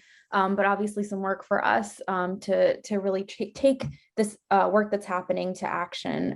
So we'll keep the group updated on everything that's happening with that work. And before we move on to our closing panel, I just want to quickly acknowledge just the richness of this chat. There's a lot of activity that I'm learning about in the Purple Line Corridor by my colleagues within University of Maryland around sustainability in the Purple Line Corridor, efforts by Cheer to lift up community voice. Really rich discussion in here about what people value and consider vibrant in these communities. A lot of talk about walkability, multi-mobility. Shout outs to Littonsville and Woodside park trails. So we're going to save this chat and be using that in down the line. So we have our closing panel here that we're really grateful to have our speakers here who are coalition insiders, including Omar Velasco, Chief of Small Business Services with the Latino Economic Development Center, Angie Rogers, Deputy Chief Administrative Officer for the Economic Development at Prince George's County, Ashanti Martinez, who's Research and Policy Analyst at CASA, Montgomery County Council Member Evan Glass, and David Bowers is our esteemed facilitator, Vice President and Market Leader Mid-Atlantic for Enterprise Community Partners, and also co-chair along with NCSG of the Purple Line Corridor Coalition. Grateful to have you all here and to share your perspective on our charge ahead. So David, I'll hand it off to you. Thank you. Sheila, thank you so much. Really appreciate it. Want to thank everybody who has participated today and stuck with us throughout such great conversation. I want to do a special shout out to Garrett, to Sheila, and to the entire team at the PLCC for continuing to help shepherd all of us who are have been involved for years, some for many years and some more recently, but they've really done great work and impactful work and pulling together so many different players, public and private sector. So wanted to say thanks to them. To my panelists here, folks who've gathered with us, it looks like we've got Councilmember Glass and Ashanti and Omar and Angie Rogers. Really want to thank you all for being willing to join. So we're going to jump right into it. We've got about 20 minutes and want to start off with a question about what reflections do you all have about the progress that the coalition has made so far in 2021 and what has been working in your estimation. So Ashanti and Omar, I'm going to actually start with you all, and then I'm going to go to Angie and let Councilmember Glass back clean up on the first round of questions. So again, what reflections do you have about progress the coalition has made in 2021, and what do you feel like has been working? So Ashanti, why don't we start with you? We'll let you come off mute and jump on in. Yeah, good morning, everyone, and thank you so much for joining this conversation. I think, when I look back at this year so far, I'm just really appreciative of the coalition and being able to bring so many of our partners and stakeholders to the table. When I joined CASA in October of last year, a lot of my portfolio and work has been with PLCC.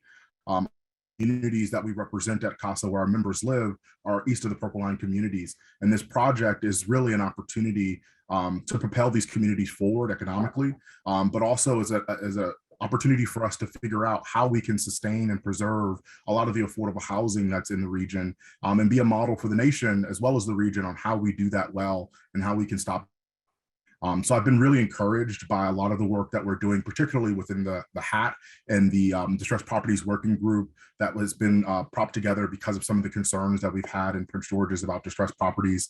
So a lot of the small business work that we at CASA co-chair, just really encouraged that we have a really strong voice of community partners, advocates, stakeholders from government, as well as nonprofit, really fighting for these communities. And so I feel really optimistic that a lot of the goals we set forth many years ago when we started this coalition can be achieved because of the work that we've been doing. Many thanks, Ashanti. Omar, how about from your end? Thank you, David. Thank you for having me. So this year has been crazy with a lot of work. We have been able to serve over 70 businesses.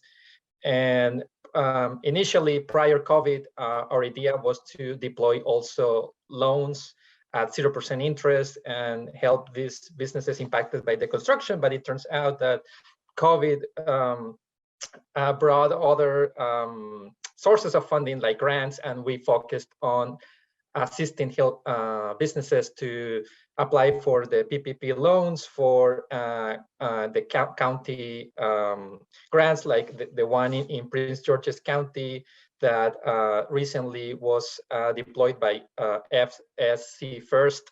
And we help businesses to get $5,000 to cover business expenses.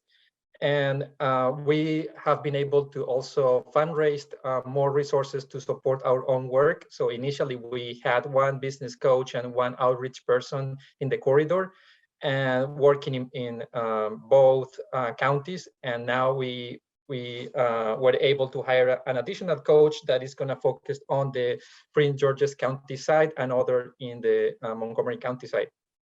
So we anticipate that like early next year when the construction resumes and there will be more like transit disruptions, we will need more assistance, more grants, and more promotion especially in some areas that we have identified. I don't want to repeat here what we already know, but I think so far what has been working is the communication between the different TA partners, the technical assistance providers, and we are eager to engage with the new contractor to establish like a clear channel of communication and also build channels of communication between businesses. We know that there are, for example, informal WhatsApp groups or Facebook groups where these businesses get together and exchange information, but I think we should work more coordinated with all the stakeholders to participate also in those communications. Thank you. Great, many thanks, Omar. Angie Rogers, our friend from Prince George's County. How about from your end? Good morning, Omar. So effectively focused on small business. So I'm going to focus on housing as my sort of for my comments about sort of what the value of this group has been for us over the past year. You know, we really, you know, in the county needed to spend some time starting to you know, sort of establish the kinds of tools to address affordable housing in the county that some of our surrounding jurisdictions already had in place. I view, if I can think about, you know, the purple line, talk about it as a monolith for a minute, even though it's a lot of different neighborhoods. The purple line for Prince George's is really, you know, kind of the proving ground for the need for the kinds of tools that we have been putting in place. And so it has been helpful to have this group sort of along with us on this work. And, you know, as we sort of test and prove what we need to have in place, particularly to preserve affordable housing as the changes come. And those changes are already happening, even though the stations, you know, have yet to materialize. So it's been helpful for us to sort of have this group working with us as a sounding board and really pushing us to put tools in place that are going to help us focus on this issue in the long term. Great. Thank you, Angie. Councilmember Class, we'll let you back clean up on this first round. How about from your end? Well, good morning, David and everybody. There's little more for me to say because everybody has been spot on what I think their assessments of the success of this organization, especially over the last year and a half, have really been. While the purple line itself might have been a little dormant for reasons we all understand, I think that the coalition really has made strides in advocating for affordable housing initiatives and the economic development priorities that you've just heard from our colleagues. You know, I also really think that our nonprofit partners, many of whom are here and active in this coalition, that they've been doing a lot of placemaking over the last year and a half at a time when so many folks are able to work from home, but of course we know not everybody is, and trying to figure out how we have those human connections, because at the end of the day, that's really what we're trying to maintain here, that as we build a world-class light rail network across our counties, we want to make sure that we maintain the humanity that already exists there, and the people and the small businesses and the livelihoods that are there. And so, whether it's Montgomery Housing Partnership or University of Maryland, doing work in Long Branch and Riverdale, I know that more of these kind of these efforts really are important.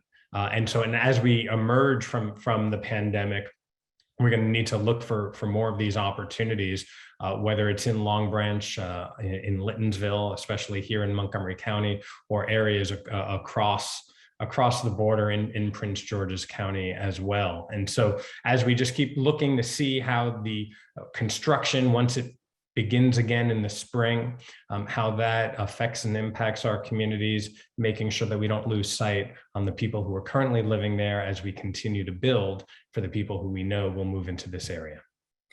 Well, Councilmember, I talked about you batting cleanup. Now let me go to a basketball and say, to paraphrase Shaquille O'Neal and Charles Barkley, Underdog, put that on a t-shirt. Maintain the humanity that already exists there. I think that's a great kind of mantra for us all to think about. So thank you for that. And Councilmember, I want to start with you on kind of our second round of questions, and you alluded to it, you and Angie as well.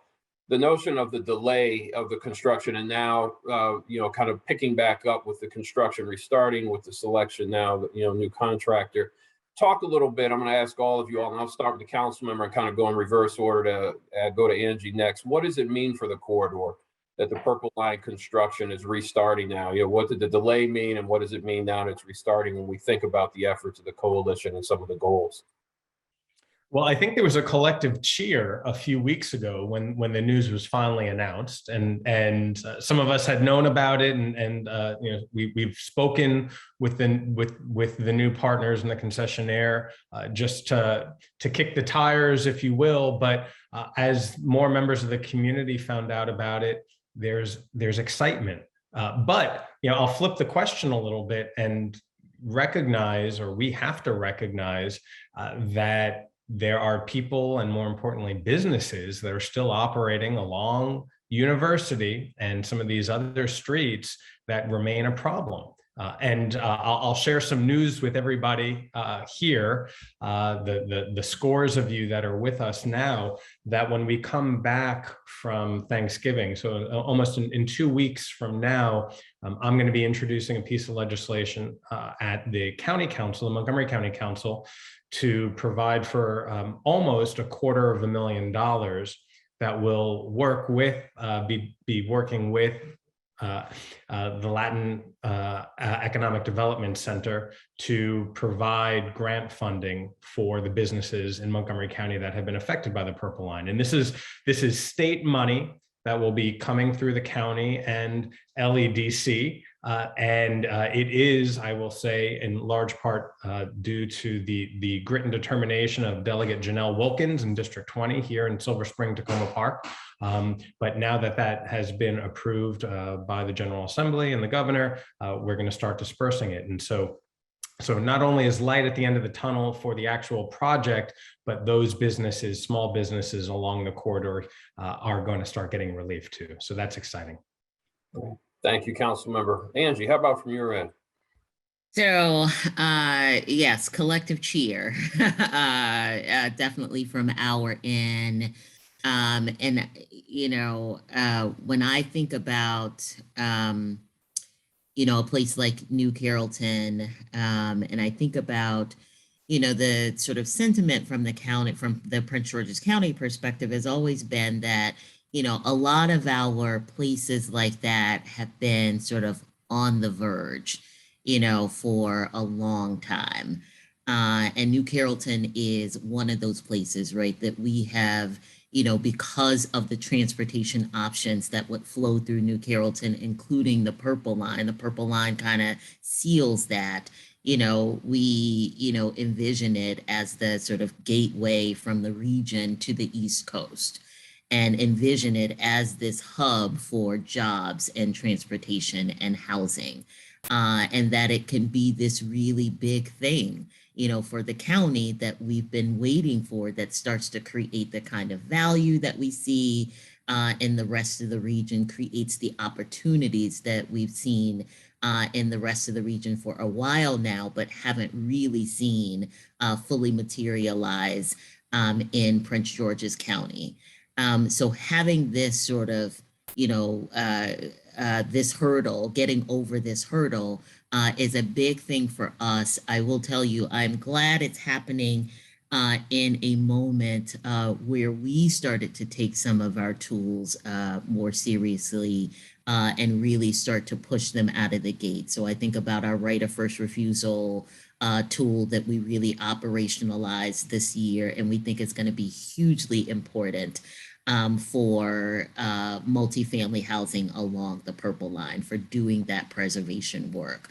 I think about the action that the council took earlier this year to put a more robust funding source behind our Housing Investment Trust Fund to allow us to invest in affordability. The county executive is going to make an announcement before the end of this month about additional funds that we will put into preservation efforts. So big cheer. I think this is the boost that we, needed, particularly for a place like New Carrollton that we are looking to pop, but also glad that it's coming at a time where we've got, both on the administrative and the legislative side, some more robust thinking about the tools that can preserve affordable housing, minimize the displacement of small businesses, and make sure that this growth is a more equitable growth. Angie, thank you. Ashanti, how about from your end? The construction is restarting. What does that mean from your perspective? It means we're getting closer to my communities not being in construction. Angie spoke to New Carrollton, where I live. I'm a corridor resident. And so the communities surrounding us are very fatigued. We want to see this progress. To Angie's point, particularly, we know that there's so much potential and so much opportunity in our area, and we want that to be acted on. Prince George's promise, we want that to be achieved. And so I think with construction coming back, that is one step closer to us having that happen. But we've been here before, right? We want to make sure that it's completed. And we want to make sure that all of the first and last mile connectivities are there to make sure that the line is usable, that folks want to actually see this as an option, an opportunity for them, and not just something for others. I think a lot of times people look at transit projects, in particular in my community, there's a lot of conversations about who is this for, right? Is this going to gentrify us? Is this not really a tool that we can use? And I think we've got to do some more community buy-in and to make sure that folks understand that we're going to keep everything around us affordable. We're going to make this better for all of us that currently exist here. And this is an opportunity for our community to finally be what we know it can. And so I think Angie spoke perfect to that, because I think all the tools are finally in alignment now, and the trains are running, right? We're working towards achieving a lot of those goals. And so we're really excited. I'm really excited to not be living in a construction zone and can't wait for the completion. Great. Omar, thanks, Ashanti. Yeah. I think there is a big opportunity, since this is a new contractor, and we need to think the lessons learned in the past when we engaged with the outreach team, and we need to share with them our goals, our strategies, and see how we can collaborate.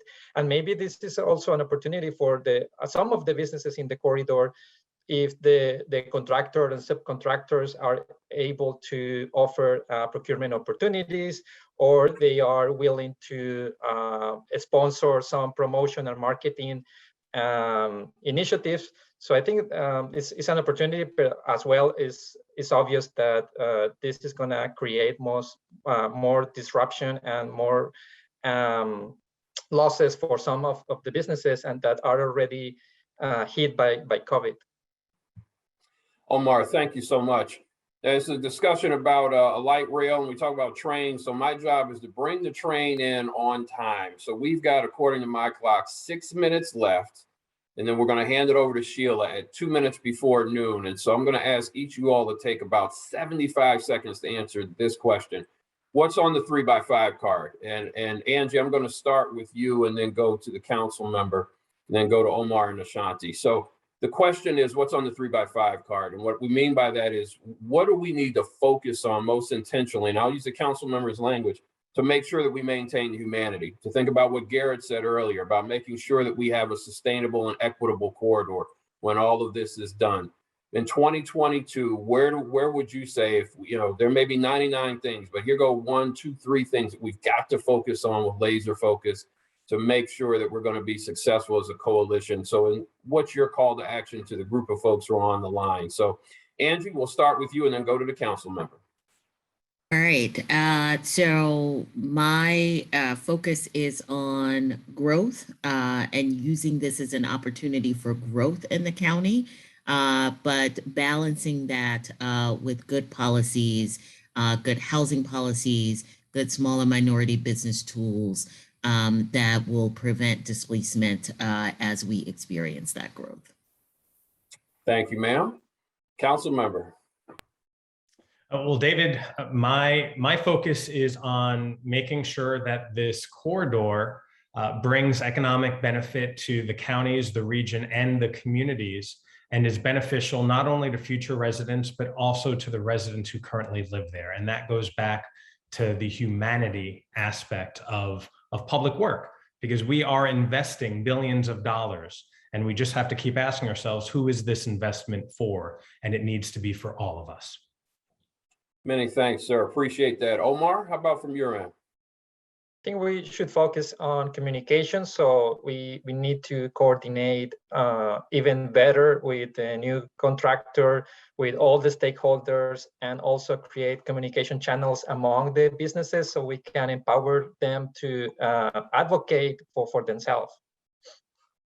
Thank you, sir. Appreciate you. Ashanti, bring us home, Doc. Yeah, and our 3x5, us is about preserving and expanding the amount of affordable housing options that are in the corridor. I think there's a real opportunity for us to be a model on how folks can do this across the nation. And I think that's our charge, right? We want to make sure that we're not leaving anyone behind and that we're ensuring folks are not displaced in this process. Ashanti, many thanks. I want to say in closing, first off, a huge word of thanks to the panelists, Councilmember Glass, Deputy CAO Rogers, Omar Velasco, and Ashanti Martinez from LEDC and CASA respectively. Really appreciate you all's input. I'm thinking about something that Garrett said earlier, right? And he made a reference to coming a long way from where there was a time when it seemed like we as a coalition had kind of like a nickel to play with, right?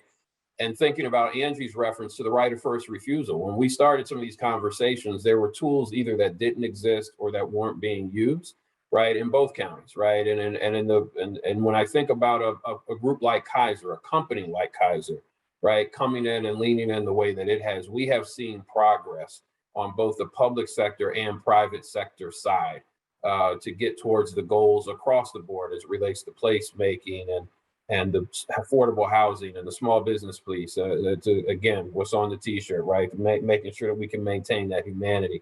But we still know we have a long way to go. So there's a difference between progress and mission accomplished. So we need to celebrate the progress, learn from it, learn from the bumps in the road, but not hang the banner on the boat quite yet, because we know we got a long way to go and there's still a lot of folks in need, individuals and businesses. But the key is we know we can do it, and we've seen evidence of that progress when we all kind of work together in a real intentional way. So with that, I want to thank you and thank all who've been listening in, and we'll continue to keep working hard on this. So with that, I'll turn it back to our fearless leader, Sheila. David, thank you so much. Thank you to our panelists. That was a really great way to close this out. You all are, creators of and key implementers of this agenda, and we're looking forward to continuing to work with you in the year ahead. And a special thanks to David Bowers, Enterprise Community Partners, is co-chair of this coalition and touches all of the work that you've been hearing about today. And so we really appreciate your leadership in this work. Thank you, everybody who attended this meeting today. I think we heard some really great updates on progress, but we have a lot of work ahead. It's going to be an all hands on deck effort. So we're going to close with a short poll, that's our call to action. There are so many ways that we could all be contributing to this work in small and big ways. So how will you help promote equitable development as Purple Line construction accelerates in 2022? And we'll close with this poll. We'll just take a quick minute here. This is so exciting. So we have advocacy, we have potentially new commitments of organizations and agencies to do more along the Purple Line corridor, personal commitments to buy from Purple Line small businesses, and encouraging, there's so much we can do close to home in our neighborhoods along the Purple Line corridor to just encourage and welcome affordable housing. The small organizations that don't always have the time, civic institutions, churches that don't always have the time to attend our tables, I think we need to be more intentional about getting out there and connecting with them. And there's a lot more that I'm not sure about either. We have so much work ahead and a lot of new activity that we're planning for 2022. Please stay tuned to PLCC, and we'll keep you apprised. We're hoping this is not the only annual opportunity to engage. We want to do something in spring that really is open to our wider set of stakeholders. Not quite sure what that's going to be yet, but we'll stay connected and make sure you all have an opportunity to plug in. Thank you all for being with us today.